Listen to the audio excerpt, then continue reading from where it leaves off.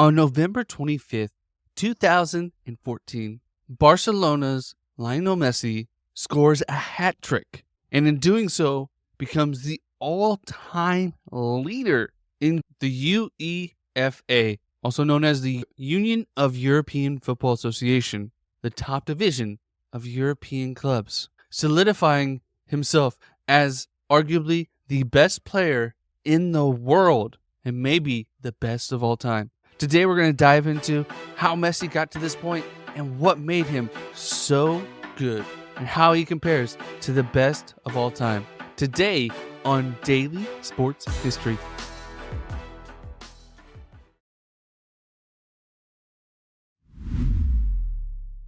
Welcome to Daily Sports History. I'm Ethan Reese, your guide as you daily learn more about sports history, increasing your sports knowledge. As today we learn about Lionel Messi. And today's trivia question to listen out for is, how did Barcelona sign Lionel Messi? Now, Lionel was born in Argentina in 1987.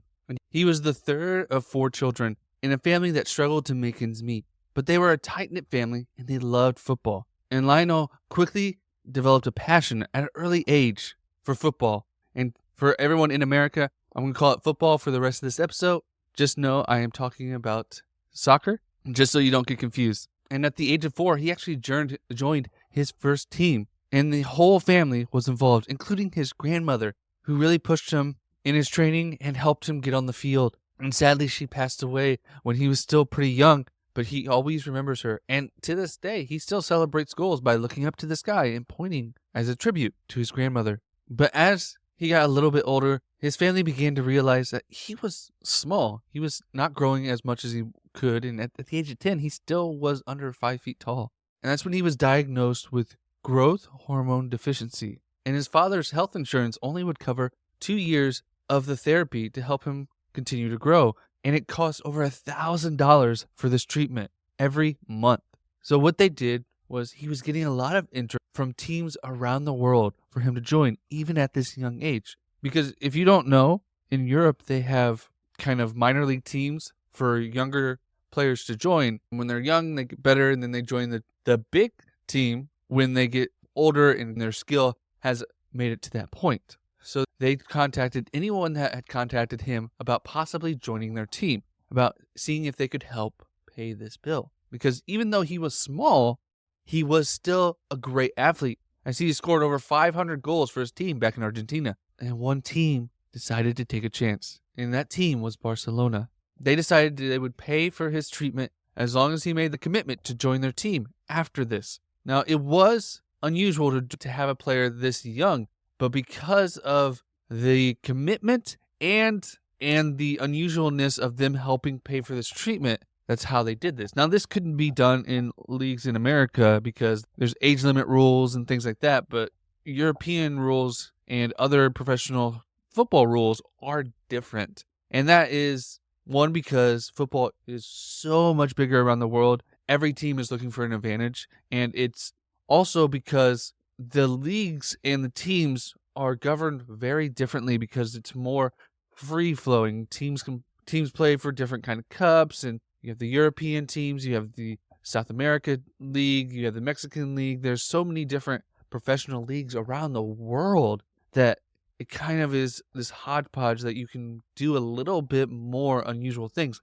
like sign a young player because you're paying for his medical treatment. It's also unusual because usually if you need medical treatment, you aren't going to be good to play for one of these teams. But he was. And in December of 2000, he officially joined the team. And in February 2001, the whole family relocated to Barcelona, where he joined their youth team. And by the age of 14, he finally completed his hormone treatment, where he grew all the way to the height of 5'7".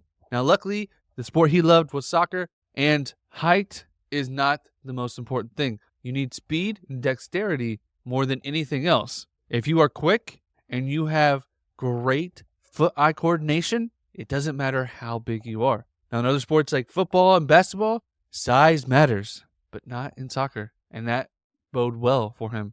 And he did so good in this minor league system that the team actually lobbied for him to be part of the first team. And he made his La Liga debut, which is the top professional division in the Spain Football League, on October 16th, 2004, against Espanyol. Although he wouldn't score until the following year on May 1st, 2005, scoring his first goal with an assist from his idol growing up, Ronaldinho, becoming at the time the youngest ever to score a goal at the age of 17 in 3 months. Let that sink in. He was only 17 and he had already made it to the top level of soccer.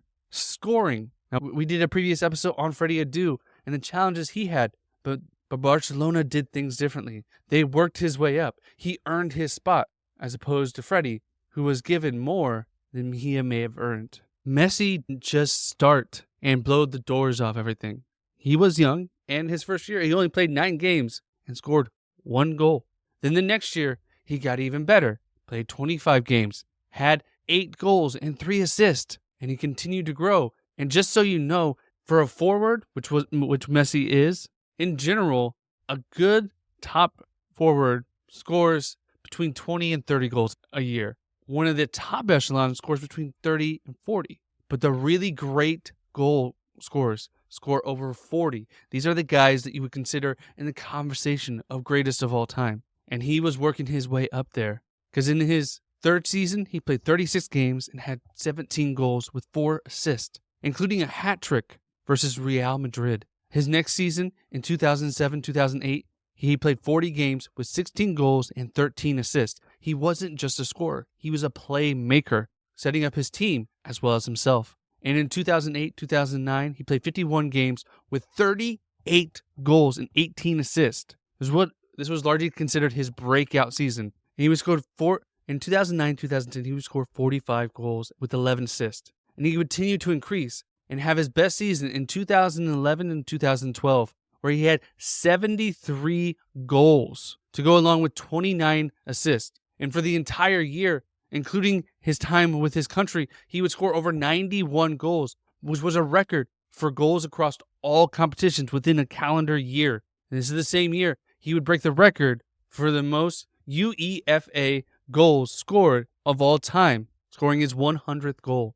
And he would continue his great play until 2021, where after this season, the team could no longer afford to keep him, and they let him go for free. He finished his career with Barcelona with over 672 goals and 268 assists. Now, he would continue his career with Paris Saint-Germain, where he had another couple good seasons before signing with MLS team Inter Miami. And he's still playing to this day as of 2024. But just to give you an idea of where he ranks, he's often been compared to Cristiano Ronaldo, who they also often went back and forth who had the most goals. And Messi was more of a playmaker and was way better of a playmaker than Cristiano, but Cristiano was more of a goal scorer. And they had a rivalry going back and forth to who was the best. Still kind of the best conversation to this day, at least the best right now.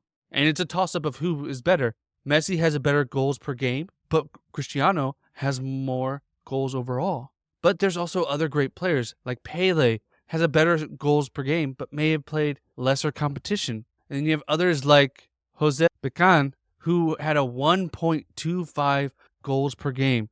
Although he is playing lesser competition, his goal rate was incredible. Often we forget about who's the past. We focus on who's right now. And Cristiano and Messi are still in that conversation, even though both of them are coming to the end of their careers, really making cash money right now. With Miami, Messi's making a ton. And we're actually going to cover Cristiano in another episode, talking about how much he is making, which is a crazy amount, where he's playing in Saudi Arabia. But what really made Messi stand out was his longevity. He really didn't get injured. He played for almost 2 decades, where he was just the best playmaker on the field. Scoring, assist making, he was fantastic through all his time with Barcelona. And he didn't get injured a lot. He was always at the top of his game and someone you could always rely on. And he was in an era like no other, playing the highest of highest competition. Football across the world had gotten better, and he had gotten better, taking it to new heights. Because before Messi, people in America really did not know players overseas in England. But Messi took it to a new level where people wanted to pay attention, even in America, to what was going on in Europe football. And that was an incredible feat that we can't forget. And he's still playing to this day and can contribute even more to his legacy with Inter Miami. Even though it might be considered less competition, it's a great way for him to continue to grow the sport, which he has done so well in the past. And he even grew the sport in his home country of Argentina, where he's gotten them so high that they have won multiple championships and currently are ranked number 1 in the world. And his greatness continues to show. And if you want more football or soccer in America, as we call it, content, check out Football Social Daily. This is an award-winning podcast that focuses on the Premier League, giving you the latest news, views, and opinions on the European Premier League, keeping you up to date on all that is happening so you don't miss out on what's going on, as European soccer is almost year-round. So you don't miss out, and check out Football Social Daily, and we'll put a link in the description below for you to check this out. And if you enjoyed today's episode, please like and follow wherever you're listening. That way you do not miss a single episode. And we'll be back tomorrow for more daily sports history. And did you catch the answer to today's trivia question? How did Barcelona sign Lionel Messi? And the answer is, they agreed to pay his medical bills due to his growth hormonal deficiency. And that allowed him to be part of that team